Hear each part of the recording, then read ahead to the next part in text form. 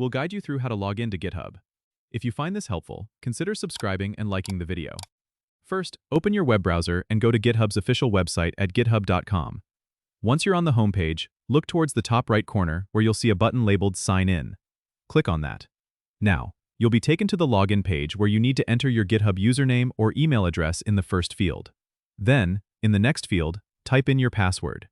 If you've forgotten your password, there's a Forgot Password link right below the password field that you can click to reset it.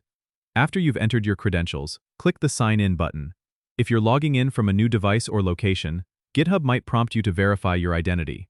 This could be through an email verification code or a two-factor authentication code if you've set that up. Make sure to follow the prompts and enter any required verification codes accurately.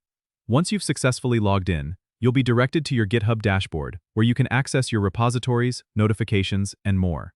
If you frequently use GitHub, consider checking the Keep Me Signed In option on the login page, which will save you from entering your credentials every time. Remember to only do this on a secure, trusted device. Logging in to GitHub is straightforward once you know where everything is, and now you're all set to start coding and collaborating. Don't forget to subscribe and comment if this helped you out.